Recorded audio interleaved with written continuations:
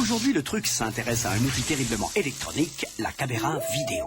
Il en existe pour tous les goûts et toutes les bourses. Des grises, des noires, des argentées. Et nous allons donc en démonter une pour vous en expliquer les principes fondamentaux. Premier élément essentiel, le capteur. Placé derrière l'objectif de la caméra, il s'agit d'un composant électronique qui permet de transformer un rayonnement lumineux en signal électrique analogique. Ce signal est ensuite converti en signal numérique. En théorie, le capteur d'une caméra vidéo est 10 fois plus sensible que la pellicule d'une caméra film. Mais il y a capteur et capteur. Plus il est petit, moins il sera sensible. Attention donc à la miniaturisation.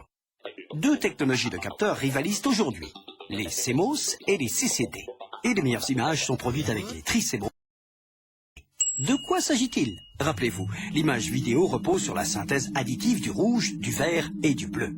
Et les caméras tri-CMOS ou tri-CCD disposent de 3 capteurs. Un par couleur, ce qui leur assure une plus grande précision. Voilà. Voici maintenant le viseur qui nous permettra de contrôler la qualité de cette image.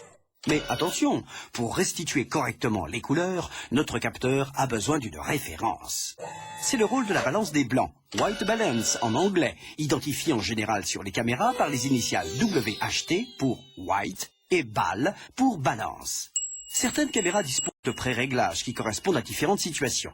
Lumière du jour, lumière artificielle, etc. Mais pour assurer un réglage optimal, il faut disposer une surface blanche devant la caméra, puis presser sur le bouton Balance des blancs. Le capteur corrige alors électroniquement son analyse de façon à ce que notre blanc soit blanc. Ne pas oublier de refaire ce réglage à chaque changement d'éclairage. Parlons maintenant de la cadence des images que nous nous apprêtons à enregistrer. Rappelez-vous, au cinéma, la cadence a été fixée par l'usage à 24 images par seconde. Eh bien, notre caméra vidéo, elle, va enregistrer 25 ou 30 images par seconde. Pourquoi? C'est très simple. Les capteurs étaient historiquement alimentés par un courant électrique, dont la fréquence est en Europe de 50 Hz, soit pour aller vite, la possibilité pour le capteur de transmettre 50 images par seconde. C'était beaucoup trop, et on a donc divisé cette valeur par 2, soit 25 images par seconde, pour se rapprocher des usages cinématographiques. Dans d'autres régions, la fréquence du courant est de 60 Hz, et les caméras enregistrent alors 30 images par seconde.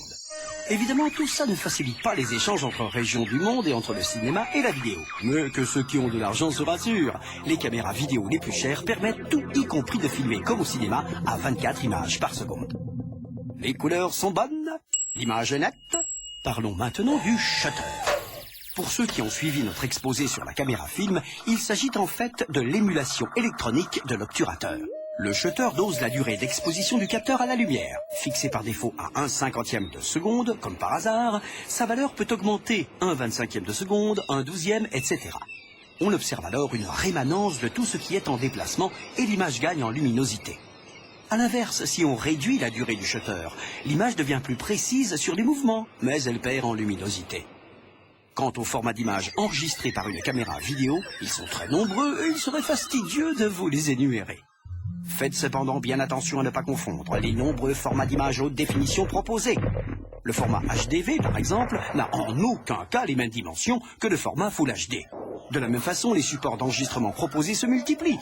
Bande magnétique, DVD, disque dur, et nous vous recommandons la plus grande prudence. On récapitule. Le cœur de la caméra vidéo est son capteur. Il est toujours meilleur quand il est triple. La balance des blancs garantit la bonne restitution des couleurs et le shutter permet d'ajuster la durée d'exposition des images. À bientôt pour un nouveau truc.